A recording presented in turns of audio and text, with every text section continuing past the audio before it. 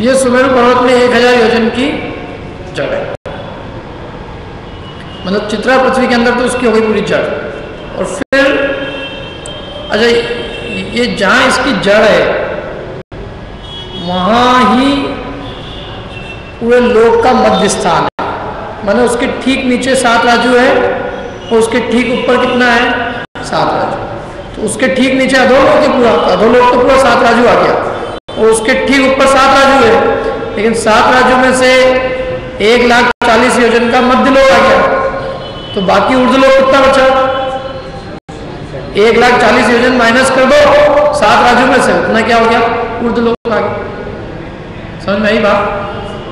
भाई जहां सुमेरु पर्वत की जड़ है उसके नीचे पूरा अधोलोक है और वो 7 राजू है, क्योंकि सुमेरु पर्वत की जड़ जो है वो बिल्कुल सेंटर पॉइंट है, उसके नीचे 7 और जड़ के ऊपर 7, तो नीचे 7 राजू में तो पूरा अधोलोक हो गया, माने 1,79,000 तो रत्नप्रभा पृथ्वी और उसके नीचे का सारा हिस्सा क्या हो गया? अधोलोक। और 1,000 योजन चित्रा पृथ्वी और 99,000 और ऊपर और 40 योजन और ऊपर, ये हो गया मध्यलोक।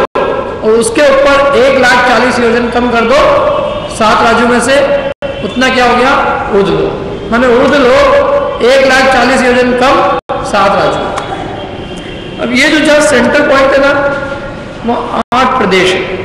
8 प्रदेश कैसे होते हैं कि एक बिंदु मानोगे तो एक बिंदु में एक प्रदेश आएगा, लाइन बनाएंगे तो 2 बिंदु बनाने पड़ेंगे, तब 2 बिंदु बनाओगे तो लाइन बनेगी, तो वो एक लाइन हुई तो वो सिंगल डायमेंशन है ना।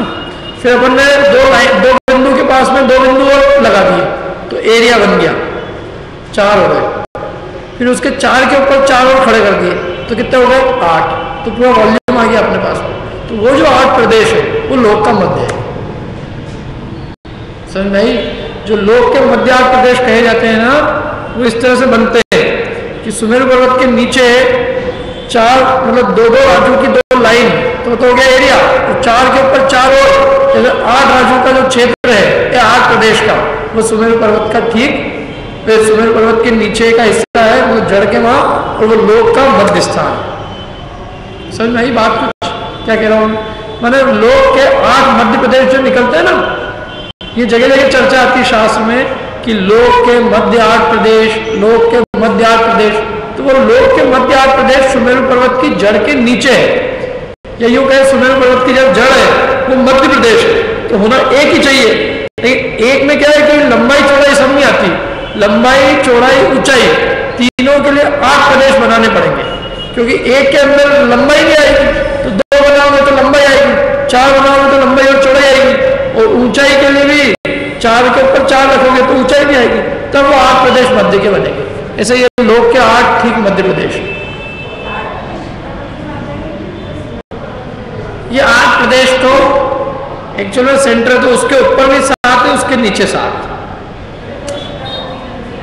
हाँ, चित्रा पृथ्वी के अंदर ही 8 प्रदेश, तो बहुत कुछ चीज गणना ही नहीं है। सबसे छोटा होगा ना प्रदेश। यहाँ चित्रा पृथ्वी में कौन रहते हैं?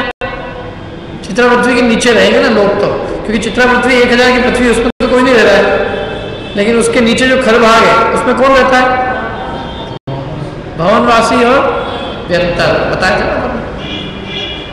चलो, तो ये चित्रा पृथ्वी पे इसकी जड़ हो गई, और बाकी फिर इसके बाद में जो पृथ्वी तल है, पृथ्वी तल से ऊपर 99,000 योजन, ठीक है।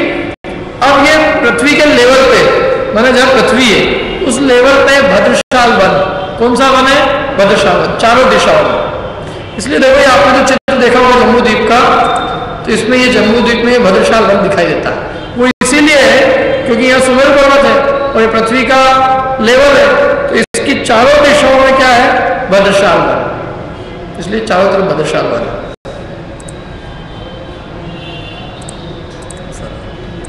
तो सबसे पहले तो नीचे भद्रशाल वन है, फिर भद्रशाल वन से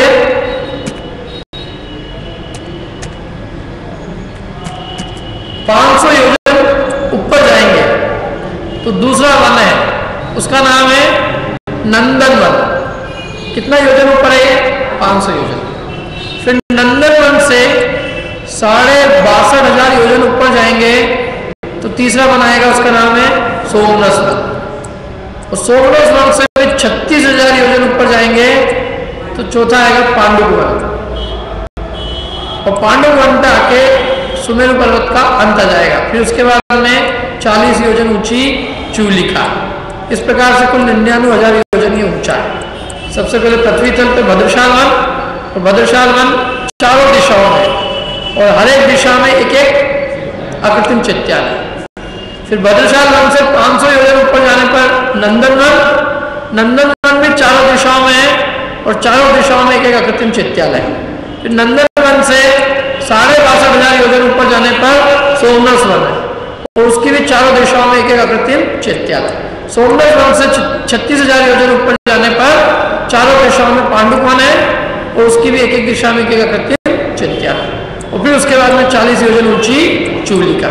इस प्रकार से पूरा सुमेरु पर्वत। इसके बंदे वो मूवी दिखाई थी ना, एनिमेशन मूवी दिखाई थी, नहीं देखी थी? चलो देखते हैं, थोड़ी बहुत एनिमेशन मूवी हो जाएगी।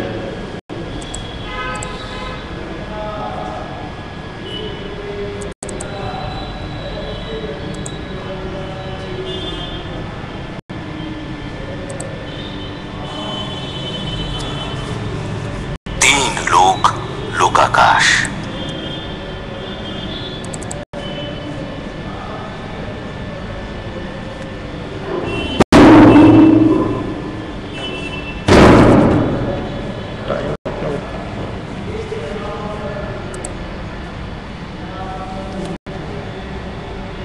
एक सेकंड।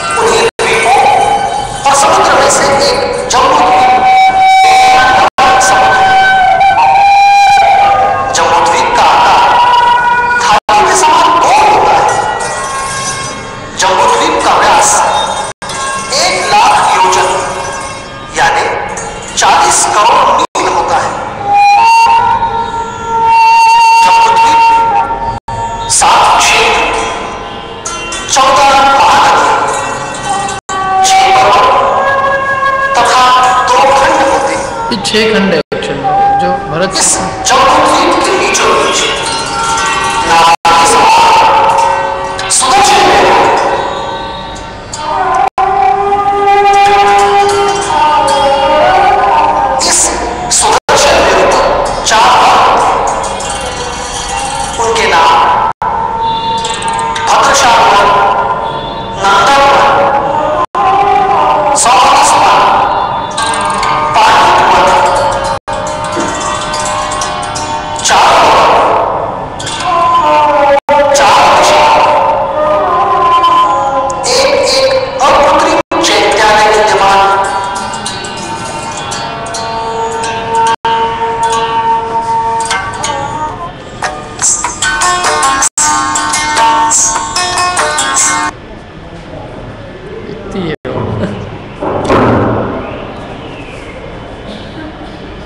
तो ये चारों दिशाओं में इसके एक एक अकृत्रिम चैत्यालय होने से हर एक वन में 4-4 अकृत्रिम चैत्यालय।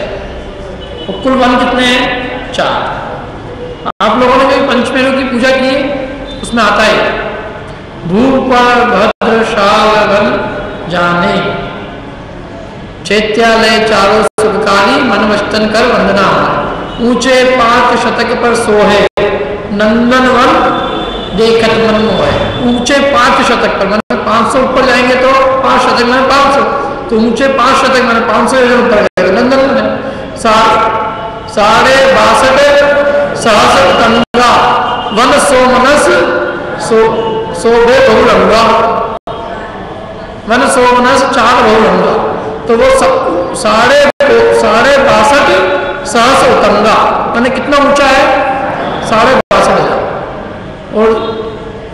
योजन छत्तीस है, ऊंचा योजन सहस्र 36। पांडव वन शोहे गिरि शीर्षम, माने गिरी के शीर्ष पर। वो कौन शोभित होता है? पांडव। कितना है वो? ऊंचा वन, ऊंचा योजन सहस्र 36, माने कितना ऊपर है? 36,000 योजन। तो इस प्रकार से पूरा 1 लाख योजन का ये सुमेरु पर्वत। अब 1 लाख योजन माने कितना हुआ? 40 करोड़ मील। तो ये पर्वत कितना ऊंचा है? 40 करोड़।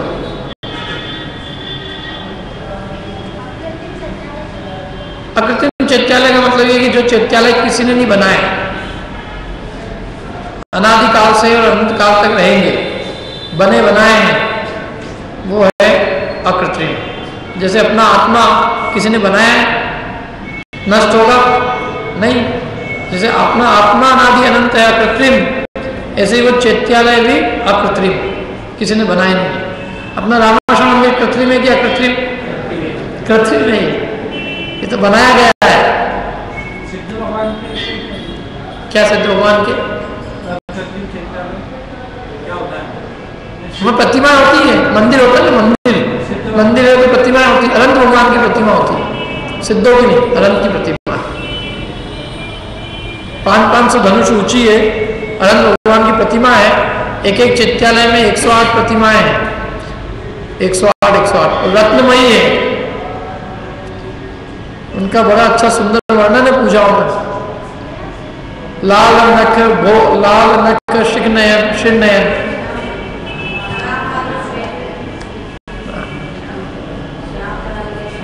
लाल नख है ना, लाल नख है। वो एक मिनट, पूजा की किताब है, एक मिनट पूजा की किताब है, एक सेकंड।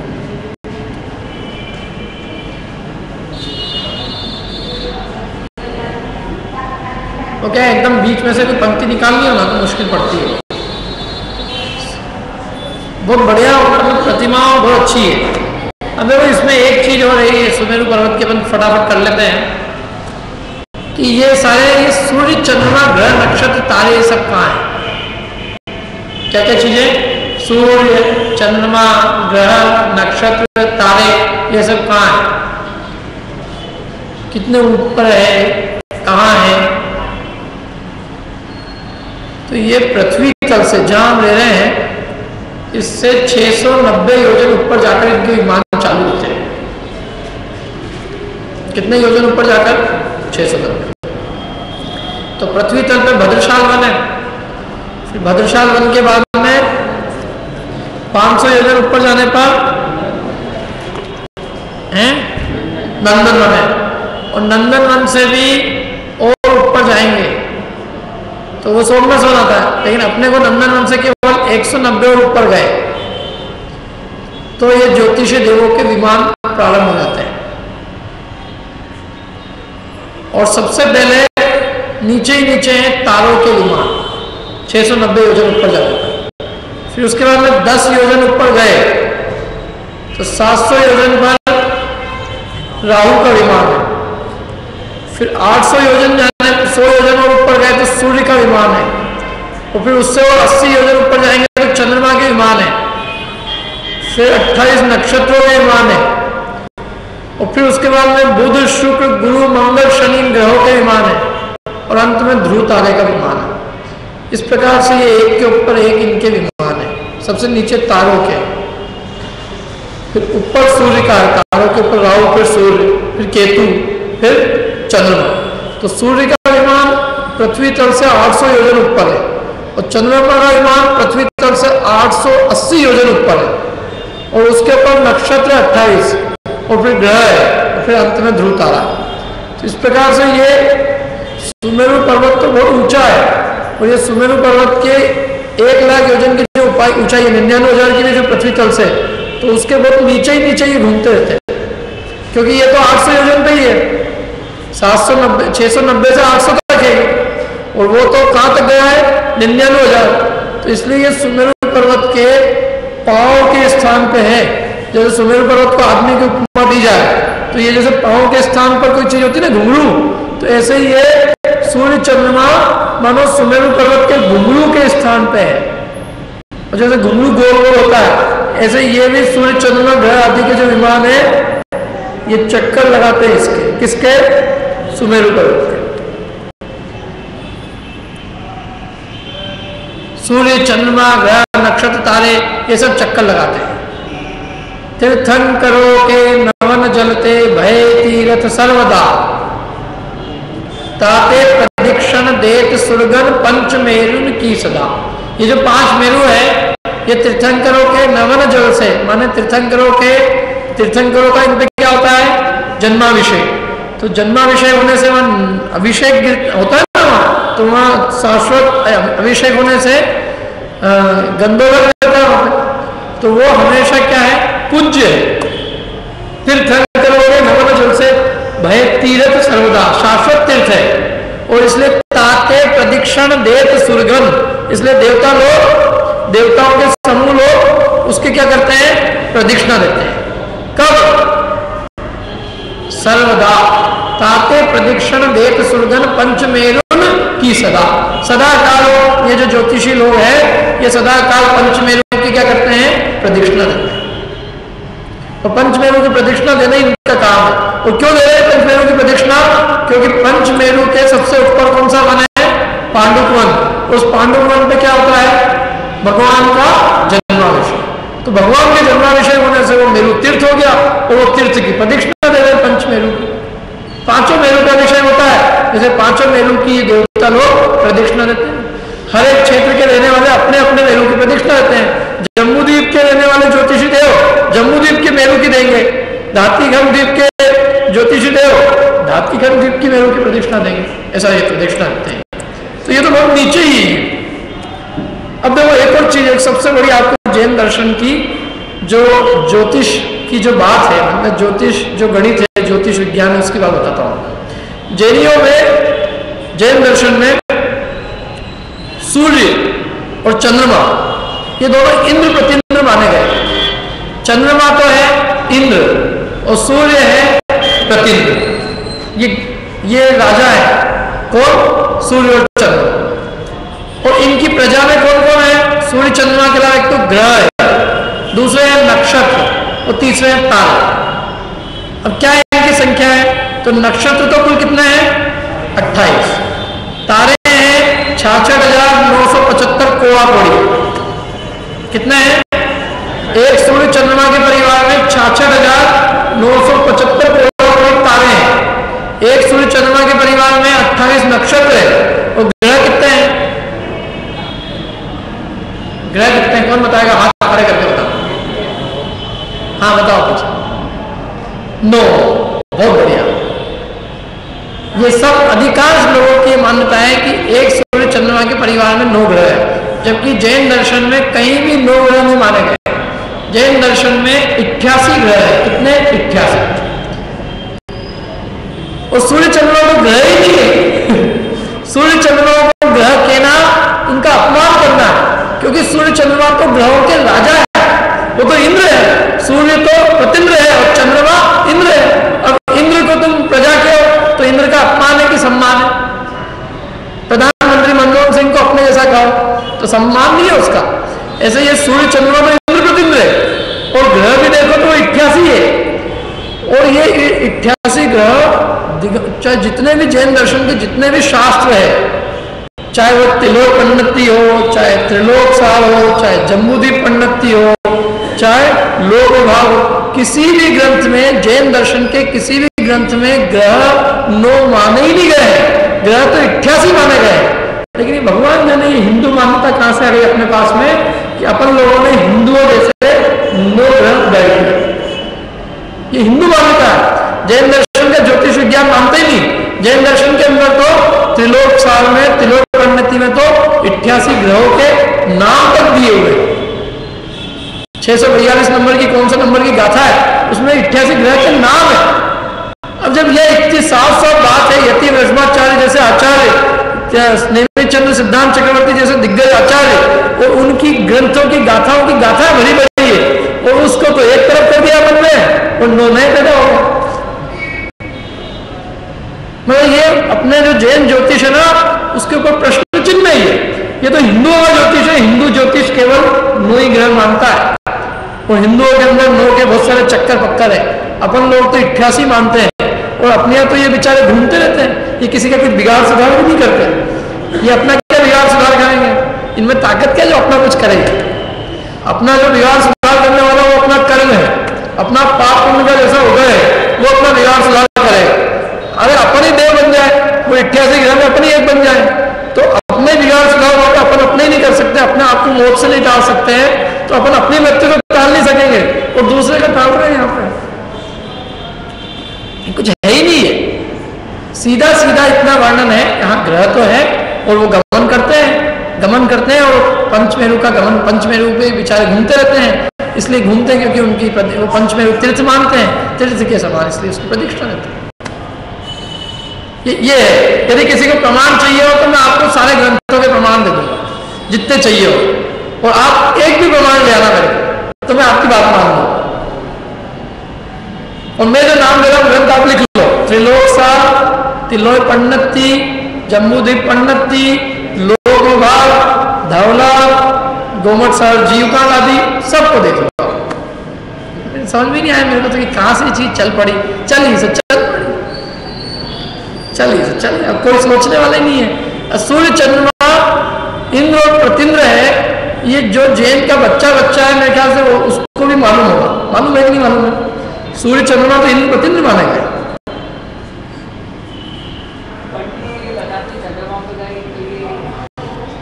अब वो एक अलग टॉपिक है, अपन उसकी बात करते, चंद्रमा पे गए कि नहीं गए। वो सब मैंने कहा ना 88 है, अपने 9 में 7 ही लेना चाहिए ना। वो भी जो सूर्य चंद्रमा तो इंद्र है ग्रह पे, वो ग्रह भी कहाँ है? तो इंद्र और प्रतिंद्र है, ये 88 अलग नाम है और 28 नक्षत्र अलग है, और उसके अलावा तारे हैं। तारे कितने हैं? 66,975 कोड़ा तारे हैं। ऐसा है सूर्य चंद्रमा का पूरा एक परिवार है। नक्षत्र होते हैं ये जितने बड़े होते हैं, जैसे ग्रह है तो ग्रहों के विमान और नक्षत्र के विमान में अंतर है, उनके आकार प्रकार और रचना में अंतर होने से उनका नाम नक्षत्र है। ये इनके भी सारे चलते हैं, इनके भी नक्षत्र वगैरह जैसे अपने होते हैं ना, ये कौन से नक्षत्र का उदय चल रहा है अभी, भगवान कौन से नक्षत्र में हुए, एक उत्तराषाढ़ नक्षत्र है, तो ये नक्षत्र का भी पूरा एक गणित है, ये भी विमान है इनके, ये सब चीजें हैं। और पूरे जैन ज्योतिष के हिसाब से जो सब निकलते कैलेंडर बनते ना सारे पंचांग, उस पंचांग का आधार ही यही ग्रह माने बता 88, तो पंचांग में क्वेश्चन चिन्ह लग जाएगा। तो पंचांग बनाया किसने? जिसने बनाया बिना 88 की बना ही नहीं सकता। हाँ सब है, ये नाम है, ये जो नाम लिखे ना ये यथार्थ है। ये ज्ञानवती माता जी की ने चित्र बनवाया है, बिल्कुल बराबर है। ये तो जो नाम है बुध, शुक्र, गुरु, मंगल, शनि, ये तो यथार्थ ग्रह है। बाकी वो जो आप सूर्य और चंद्रमा को कह रहे हो तो वो ग्रह नहीं, वो राजा है। और इसके अलावा नाम और है, 80 एक नाम और है इसके अलावा, और नाम चाहिए हो तो मेरे से बाद में ले लेना। ये वस्तु स्थिति है भैया, अब निर्णय कर लेना आपने क्या करना है। दूसरी बात कि तीर्थंकर किसी ग्रह को दूर नहीं करते। तीर्थंकर बेचारे, और वो भी तीर्थंकर करे तो वो कैसे करें, उनका हिसाब किताब तो बिठाओ। वो 24 है, ये 9 ही है, तो एक ग्रह के लिए 3-3 को लगना पड़ेगा, तो ग्रह मजबूत ही है मेरे हिसाब से। क्योंकि एक ग्रह को निपटाने के लिए 2 तीर्थंकर लगना पड़ जाए तो तीर्थंकर कमजोर, ग्रह मजबूत। अब वो बिठाए कैसे, उसका हिसाब किताब 24 को 9 पे कैसे बिठाए, तो किसी पे 8 लगा दिए, किसी पे 5, किसी जैसा जो भी नंबरिंग कर बुला के और फिट हो गया, चलो हो गया। जय श्री भगवान की जय। ये तो भगवान का अपमान है। चलो एक ग्रह के लिए 5 को लगाना, वो एक के लिए 5 को लगाना, तो वो तीर्थंकर का सम्मान है कि अपमान है? माने वो ग्रह मजबूत हो गया कि उसको टालने के लिए एक से काम नहीं पड़ा, तो दूसरे को एक और बिठाए, तुम और बैठो भैया, तुम और बैठो। अब 5 मिलके एक को निपटा रहे हैं।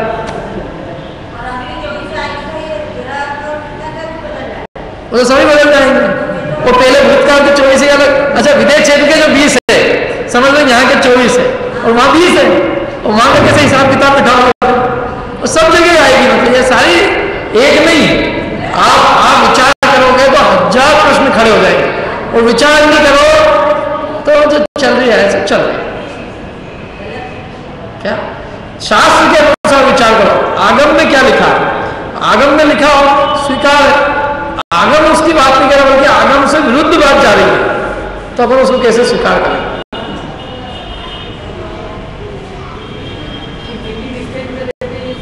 हाँ, ये अच्छा प्रश्न है। ये देखो, ये तो एक के ऊपर एक है ना, इसलिए अपनी अपनी परिधि में पूरी ताकत लगा के भी घूमे, कोई दिक्कत नहीं। जैसे अपन समझ लो 10 मंजिल हो, एक एक मंजिल पे एक एक आदमी को खड़ा कर दो, बीच में एक समझ लो कि बीच में एक पिलर हो, अब सब चले उसके चक्कर लगाए, तो कोई आपस में कोई किसी से भिड़ेगा क्या? नहीं भिड़ेगा। ऐसे ही इनके विमान एक दूसरे के ऊपर है और ये अपने अपने में घूमते हैं अपनी अपनी दूरी पे, तो इसलिए कभी कोई किसी से भिड़ता नहीं। और इनका सिस्टम इतना अच्छा है कि ये कभी अपनी मर्यादा का उल्लंघन नहीं करते। ये हिंदुस्तान के प्लेन नहीं है ये कि वो दिखते हैं एक्सीडेंट ही हो जाए, वो नीचे वाला बोलते हैं कि भैया कहाँ जा रहे हो, नीचे प्लेन खड़ा है, मेरे को तो वो नहीं दिख रहा है, ऐसा सिस्टम नहीं। अपने आप ही घुस, आपको एक बार इसने मुझे बताया था कि बिल्कुल टीवी में ही बिठाया एकदम कि दोनों कैसे भिड़ाई, तो ऐसे नहीं है ये, इनका सिस्टम तो बिल्कुल व्यवस्थित है। अनादिकाल से अनंत काल तक ये अपनी अपनी दूरी में चक्कर लगाते हैं, कभी कोई अपनी दूरी को छोड़ता नहीं, ऊपर नीचे नहीं होते कि भैया आप बहुत हो गया इस दूरी पे घूमते घूमते, थोड़ा ऊपर चले जाए, ऊपर नहीं जाए। अच्छा, 1 ग्राम बड़ा उसका देव बड़ा, तो उसकी जगह पर 6 महीने के अंदर अंदर नियम से दूसरा देव उत्पन्न हो जाता है। वो पोस्ट कभी खाली नहीं मिलेगी, आप ज्यादा से ज्यादा खाली मिलेगी तो 6, उसी नाम का, वो सूर्य के नाम पे दूसरा इंद्र आ जाएगा, एक प्रतिम्र आ जाएगा। जैसे अपने को प्राइम मिनिस्टर मर जाए, थोड़ी व्यवस्था रहती है, वाइस प्रेसिडेंट उसको, वाइस प्राइम मिनिस्टर उसको संभालता है, जैसे वहां भी व्यवस्था है जो भी है। 6 महीने मैक्सिमम कह रहा हूँ, मिनिमम तो वो 1 दिन में ही आ जाए। अब देव चलाता कौन? वो तो चलाने वाला वो नहीं होता, वो ड्राइवर हो जाएगा।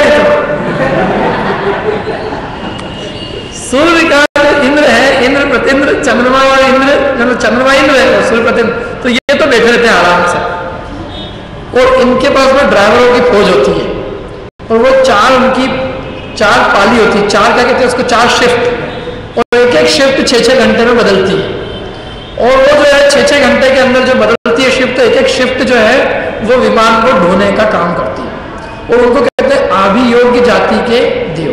उनका काम ही है विमान को ढोना, ड्राइवरी का ही काम मिला है उनको।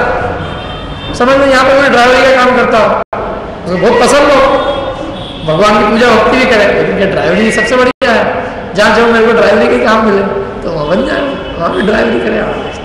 और फिर ये जब घूमते हैं तो क्या है, अपनी बोरियत नहीं हो, इसलिए ये नाना प्रकार के रूप धारण करते हैं। कोई शेर का रूप धारण करके ड्राइवर बन के चलाएंगे, तो सूर्य के विमान को शेर का रूप बना के चलाएंगे, कोई बैल का रूप, हाथी का रूप, कोई घोड़े का रूप, ऐसे नाना प्रकार के रूप धारण करते हैं, और फिर ये उस सूर्य के विमान को ढोते हैं। और इनकी स्पीड बंधी हुई रहती है, फिक्स स्पीड में जाते हैं, क्योंकि इनके हिसाब से ही अपने यहाँ पे पूरा दिन और रात का विभाग होता है। देखो कैसे होता है दिन और रात का विभाग, भी देखते हैं अपन।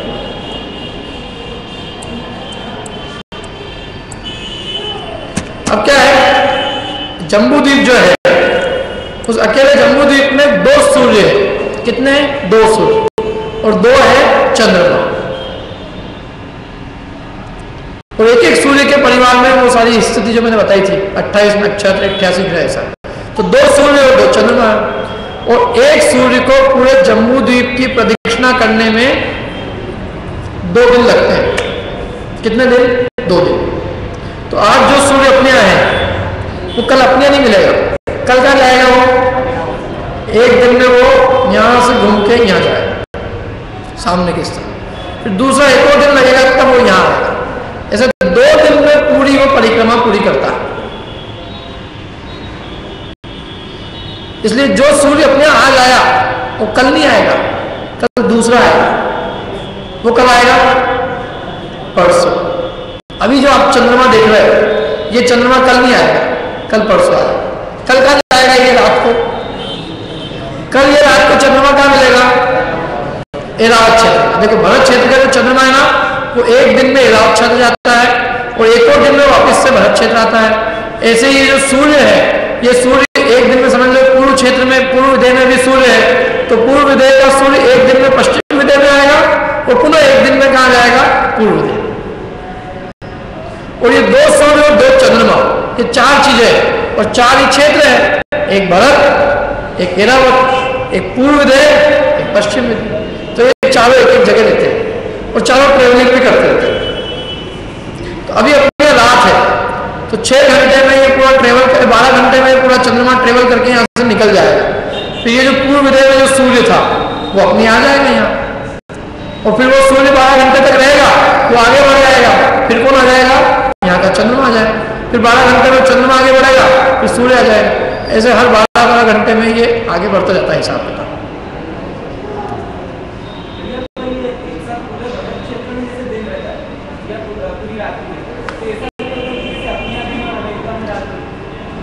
वो बताऊंगा मैं। क्या है कि जो बिल्कुल नजदीक के हिस्से रहते हैं ना, नजदीक में, तो वो वहां सूर्य का प्रकाश आखिरी तक, क्योंकि वो तो पूरा घूम रहा है ना इतने लंबे में, तो 12 जो यहाँ एकदम किनारे पे है जो क्षेत्र, और ये एक यहाँ किनारे पे है, तो इसलिए उनमें इतना अंतर पड़ जाएगा,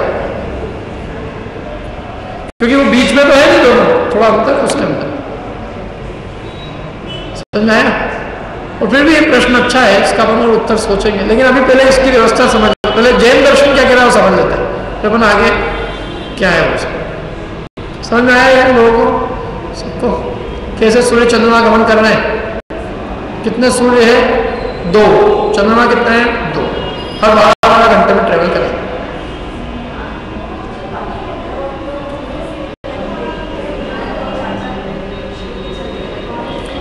ये ग्रहों का भी परिवर्तन चलता है, ग्रहों के अंदर भी चलाने वाले देव होते हैं, वो भी उनकी शिफ्ट का मेरे को ध्यान नहीं है।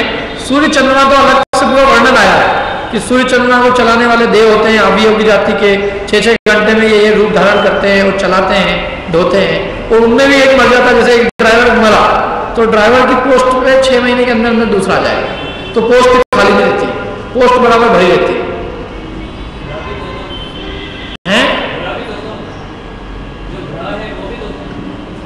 ग्रह तो 88 ग्रहों की अलग व्यवस्था पड़ी। इनके हिसाब से तो क्या दिन रात होते हैं, ग्रहों से दिन रात नहीं होते, ये तो पूरा दिन रात का विभाग करते हैं, क्योंकि इनका परिभ्रमण होता है ना अपने पे। तो जब अपने ऊपर सूरज आता है तो अपने दिन होता है, जब अपने चांद्रमा आ जाएगा तो अपनी क्या हो जाएगी? रात हो जाएगी। इस प्रकार चलता है। हाँ, चंद्रमा का साइज, हाँ शेप अलग अलग क्यों दिखता है? तो ऐसे सूर्य का भी पूछ सकते हो आप, सूर्य का भी प्रकाश कम ज्यादा होता है, सूर्य से कभी गर्मी ज्यादा मिलती है, गर्मी के दिनों में बहुत गर्मी लग रही है, और ठंड में दिखना ही सूर्य का मुश्किल हो जाएगा। तो उसका उत्तर ये कि सूर्य के घूमने की 184 गली होती है और चंद्रमा की 15 गली होती है।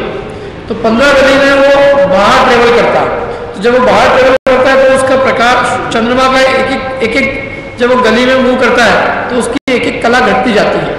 तो जब वो आखिरी की 15वीं गली में पहुंच जाता है तो अपने को पूरा ही दिखता नहीं, और फिर जब वो 15 गली में फिर अंदर आता है तो फिर वो दिखने लगता है। और ये कैसी होती है इनकी गलियां? जैसे बीच में तो सुमेरु पर्वत है और उसके आसपास गलियां होती है, वो कछुआ छाप अगरबत्ती के समान, कछुआ छाप अगरबत्ती होती है ना, ऐसे घूमते हैं अंदर की गली में, तो ऐसे धीरे धीरे घूमेंगे, फिर जैसे बाहर जाएंगे तेज घूमेंगे, क्योंकि एरिया बढ़ता जाता है, सरकमफ्रेंस बढ़ जाएगा और उनको 1 दिन 2 दिन में ट्रेवल करना है, तो वो स्पीड को उस हिसाब से अपने हिसाब से वो एडजस्ट कर लेते हैं। जब वो बाहर जाएंगे ना सबसे बाहर की गली में तो बहुत फास्ट जाएंगे, फटाफट इस चलता है। अरे आज तो बहुत बढ़िया प्रश्न है। हाँ बोलो क्या है?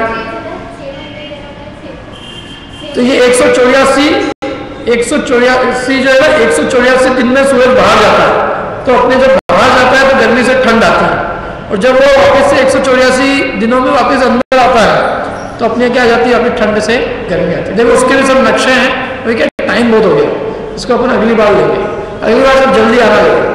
तो मैं पूरी गलियां भी दिखाऊंगा, देखो गली फिर भी देखनी हो किसी को तो देख लो। हाँ क्या प्रश्न है और किसका है? हाँ बोलो।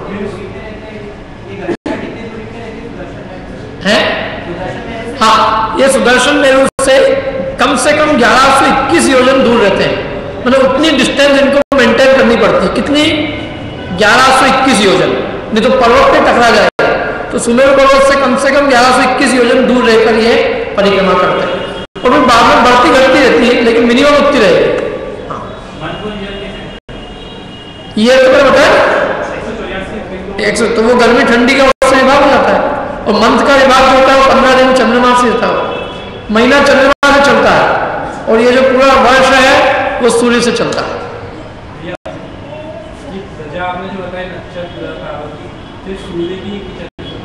सूर्य चंद्रमा दोनों की है, एक राजा है, युवराज है, तो उनकी अलग अलग एक की पूरी फौज अलग अलग है, पूरा एक अलग आधा। ये देखो क्या है, ये आधा आधा बांट लेते हैं अपना एरिया पूरा, जैसे यहाँ का है इतना एरिया, तो इतना इनका हो गया एक सूर्य चंद्रमा का, और ये बाकी इनका हो गया। तो इस तरह इनका बटा हुआ कौन किसके अंडर में काम करेगा, डिस्टर्बेंस नहीं करते कोई किसी, जिसके जिस सूर्य के अंडर में जो नक्षत्र है वो वही उसकी आज्ञा मानेगा, दूसरा नहीं मानेगा।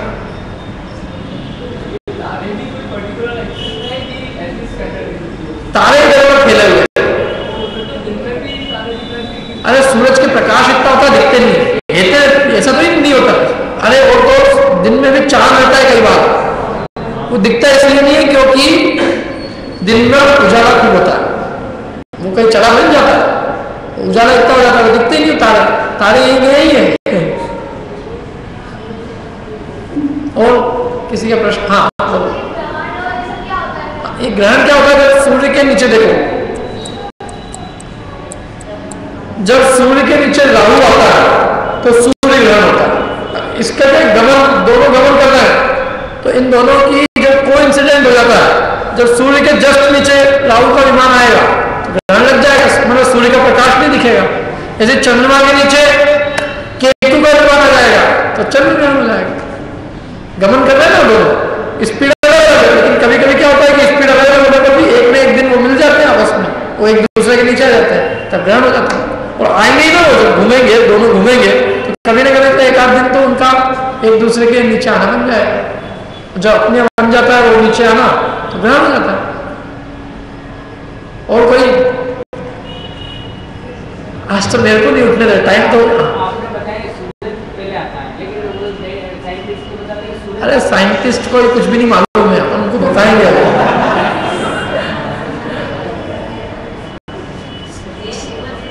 क्या साइंटिस्टों का ज्ञान इतना ही है, ये बहुत, ये सर्वज्ञ देव का ज्ञान है। उनकी रिसर्च चलती है, रिसर्च हमेशा ऑनगोइंग होती है। कल कोई नई थ्योरी आ जाएगी, उसको मानना बंद कर देंगे।